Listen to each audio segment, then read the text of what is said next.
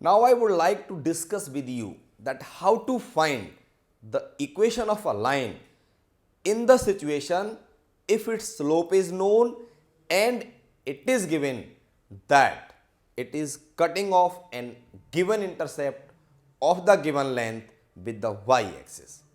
So if I will explain you like this, that there are two axes, one the x-axis, another is the y-axis, and I want to find the equation of that line which having the slope m. Suppose this is the line L and its slope is m. The slope of a line is m. This line is cutting off an intercept of length c unit with the x-axis.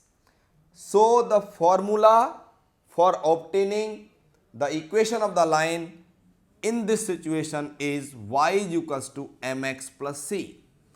I can explain you it with the help of one example, that if a 3 units of intercept is being cut on the y-axis by the line whose slope is suppose half. I am saying this line having the slope half, so answer of m is half. This is making an intercept of length 3 units with the positive direction of the y-axis. So we can use this formula, y is equals to m means half, x means x plus c means 3.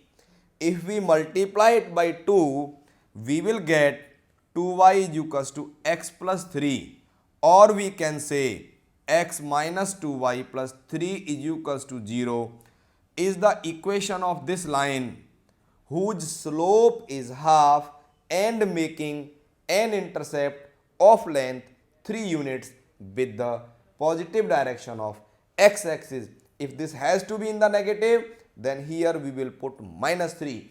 This result, this formula is known as slope intercept form, where slope is given and intercept made by the line with the y-axis is given.